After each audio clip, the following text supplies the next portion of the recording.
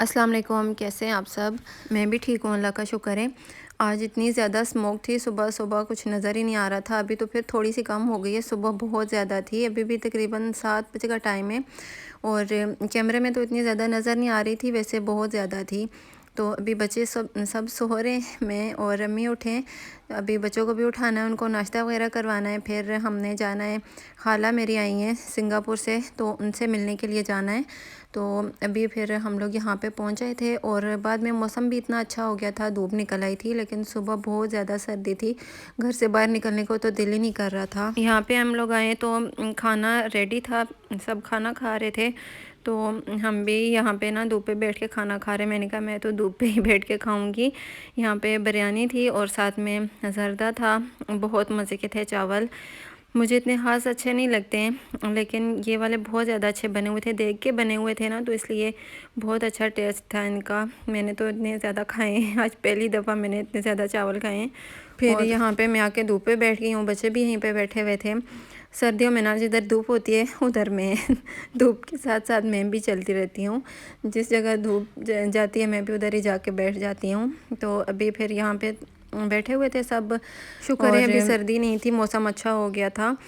और बस हम लोग आए ना घर से तो हमें काफ़ी देर हो गई थी, तकरीबन 12 साढ़े 12 बजे तो हम यहाँ पे पहुँचे हैं। फिर यहाँ खाना वगैरह खाया है और अभी सिस्टर चाय बना रही थी, साथ वो भी अपना व्लॉग बना रही थी। तो मैंने कहा मैं भी थोड़ा सा बना लूँ। चाय ना सबको ही इतनी अच्छी लगती है और सर्दियों में तो चाय के बग़ैर दिन नहीं गुज़रता चाय के बग़ैर गुज़ारा ही नहीं होता। तो अभी वो बना रही थी। मेहमान तो इनके घर में ना काफ़ी ज़्यादा आए हुए थे, लेकिन हमने अभी जल्दी घर वापस आना है, तो इसलिए वो कह रही थी कि मैं अभी थोड़ी सी बना लेती हूँ तुम लोगों के लिए, फिर बाद में ना बाकी सब के लिए बनाऊँगी। तो अभी बस वो चाय बना रही थी, मैं भी उसके पास ही किचन में खड़ी थी। मैंने कहा थोड़ी देर इधर ही बात शात कर लेती हूँ उससे। वैसे तो उनके घर में ना काफ़ी ज़्यादा माशाल्लाह रौनक लगी हुई थी, सब आए हुए थे। तो फिर ज़ाहिर है घर में मेहमान हो तो काम भी इतना ही ज़्यादा होता है। तो फिर हमने चाय वगैरह पिए और वहाँ से निकल आए थे। और टाइम का पता ही नहीं चलता, दिन बहुत ज़्यादा छोटे हैं ना, और कहीं जाना हो तो फिर तो टाइम इतने जल्दी गुजर जाता है। और हम लोग जब घर आए तो मगरिब की अज़ान हो रही थी, रास्ते में मगरिब की अज़ान हो गई थी। बहुत देर से हम लोग घर पहुँचे थे। घर भी हमारा काफ़ी दूर है ना, तो आने जाने में काफ़ी ज़्यादा टाइम लग जाता है। मेरे बच्चों का तो दिल नहीं कर रहा था वापस आने को, क्योंकि वहाँ पे सब इकट्ठे थे ना, तो ये कह रहे थे कि हम भी रात यहीं रुक जाते हैं, लेकिन फिर वापस आ गए हैं। और अभी यहाँ पे मैं स्टिचिंग कर रही हूँ। अभी ये दूसरे दिन का व्लॉग है। तो मेरे पास ये स्टिचिंग के लिए कपड़े आए थे, तो मैंने कहा मैं ये ना थोड़े से कर लूँ। अब मैंने स्टिचिंग भी शुरू की है, मैं कपड़े भी स्टिच करती हूँ। और ये किसी ने मुझे सूट दिया था सिलाई के लिए, तो मैंने कहा एक दिन में तो मैं सिलाई कर नहीं सकती, क्योंकि और भी बहुत से काम होते हैं, फिर बच्चे हैं, तो फिर ना टाइम इतना ज़्यादा नहीं होता और दिन भी बहुत ज़्यादा छोटे हैं। सर्दियों के दिन तो आपको पता ही है कितने छोटे होते हैं, तो टाइम बहुत जल्दी गुजर जाता है, काम ख़त्म नहीं होता, बस दिन ख़त्म हो जाता है। तो मैंने कहा मैं इसको आज कटिंग करती हूँ और आधा मैं आज सिलाई करूँगी, आधा कल कर लूँगी दो दो दिन में ही एक सूट सिलाई होगा। अभी इसके साथ ना मैं लाइनिंग लगा रही हूँ। लाइनिंग वाले जो कपड़े होते हैं ना, वो थोड़े से मुश्किल होते हैं स्टिच करना, क्योंकि वो शिफॉन के और जॉर्जेट वगैरह के होते हैं ना, वो बहुत ही नाजुक सा कपड़ा होता है, तो बहुत एहतियात के साथ उनकी सिलाई करनी पड़ती है। और मेरी जो ये मशीन है ना, इसका पेज बार बार खुल जाता है, ये इसका जो होता है ना व्हील, ये बार बार उतर जाता है। इसको मैं भिजवाऊँगी ठीक करवाने के लिए, लेकिन अभी तो मैं ऐसे ही कर रही हूँ। इसको थोड़ी सी सिलाई करती हूँ ना, फिर इसको मैं सही करती हूँ, फिर सिलाई करती हूँ, फिर इसको पक्का करती हूँ। मुझसे वो सही से होता ही नहीं है, बार बार खुल जाता है। और अभी ये मैंने कमीज़ बना रही हूँ, कटिंग किए थे। मैंने कहा शलवार तो सिंपल सी होती है, वो तो फ़ौरन से सिलाई हो जाती है, वो मैं रात को भी कर लूँगी। कमीज़ पे ना टाइम भी बहुत लगता है, और ये लाइनिंग भी थी इसके साथ लगानी थी, तो इसलिए मैंने कहा अभी दिन में ही इसको मैं स्टिच करती हूँ।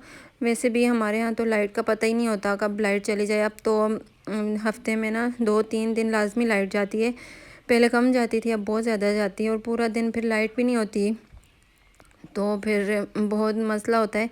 फिर स्टिचिंग तो हो ही नहीं सकती लाइट ना हो तो। तो मैंने कहा आज लाइट है तो मैं सारे काम छोड़ के ना पहले स्टिचिंग कंप्लीट करती हूँ, उसके बाद फिर काम करूँगी। आज मैंने क्लीनिंग वगैरह भी नहीं की, अभी कुकिंग भी नहीं की, कुछ काम नहीं किया मैंने। सुबह से बस मैं यही कर रही हूँ, स्टिचिंग कर रही हूँ। और अभी मैंने बाजुओं के साथ ना इसका कपड़ा अटैच किया है, जो इसका लाइनिंग वाला कपड़ा था ना, तो अभी दूसरे बाजू के साथ भी करूँगी और फिर इसके दामन के साथ करूँगी और इसको मैं स्टिच कर लूँगी। अभी आज धूप भी इतनी तेज़ नहीं है ना, इतनी ज़्यादा सर्दी हो रही है और सर्दी में तो काम होता ही नहीं है, बहुत ज़्यादा स्लो होता है। जल्दी जल्दी हाथ इतने ज़्यादा दर्द कर रहे होते हैं ना सर्दी की वजह से, वो काम बहुत ज़्यादा लेट होते हैं।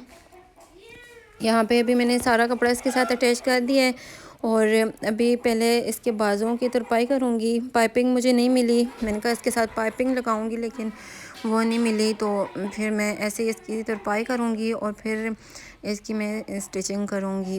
पहले मुझे स्टिचिंग इतनी मुश्किल लगती थी, जब मैं नहीं करती थी ना मुझे इतनी घबराहट होती थी इसको देख के, मैं कहती थी पता नहीं लोग कैसे स्टिचिंग करते हैं, लेकिन अब मैंने खुद सीखी है ना तो मुझे बहुत अच्छा लगता है सिलाई करना।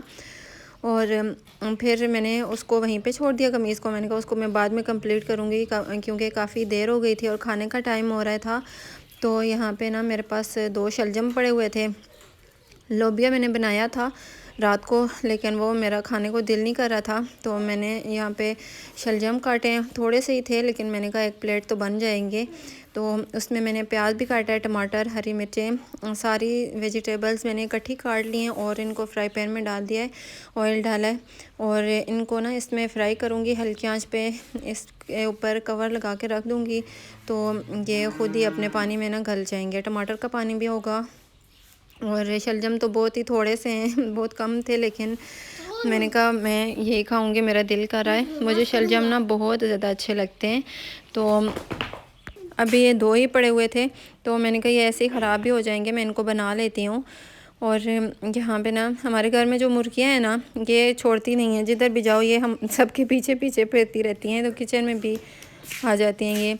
और अभी यहाँ पे मैं लहसुन छील रही हूँ, मैंने कहा आज मैं लहसुन भी इसमें डालूँगी, देखती हूँ कैसे बनते हैं। वैसे मैंने ना सब्ज़ियों में कभी भी लहसुन अदरक नहीं यूज़ किया, तो आज मैंने कहा यहाँ पे मेरे पास पड़ा हुआ था थोड़ा सा किचन में, वैसे हम लोग बाहर रखते हैं ना लहसुन अदरक, बरामदे में पड़ा होता है, तो आज ये भी सामने पड़ा था, मैंने कहा इसको डाल देती हूँ इसी में। शलजम तो फ्राई हो रहे हैं तो मैंने कहा साथ में ना इसको भी मैं ऐड कर दूँगी। इनको मैंने कवर कर दिया था तो अभी चेक करती हूँ कि ये पके भी हैं या नहीं। स्पाइसेस मैंने अभी तक इसमें कोई भी ऐड नहीं किए। और यहाँ पे ना ये टमाटर अच्छी तरह से गल गए हैं और हरी मिर्चें मैंने इसमें डाली थी, मैंने कहा दूसरी ना सुर्ख मिर्च नहीं डालती, लेकिन ये वाली जो हरी मिर्चें हैं ना ये मोटी वाली हैं, ये ज़्यादा स्पाइसी नहीं होती, तो इसलिए फिर मैंने इसमें थोड़ी सी लाल मिर्चें भी ऐड कर दी थी और इसमें नमक डाला था और सूखा धनिया डाला था। तो ये बहुत ज़्यादा मज़े के बने थे, मुझे तो ये बहुत ज़्यादा अच्छे लगते हैं। मैं तो रोज़ शलजम बने हुए तो रोज़ भी खा लेती हूँ, मुझे इतने पसंद हैं।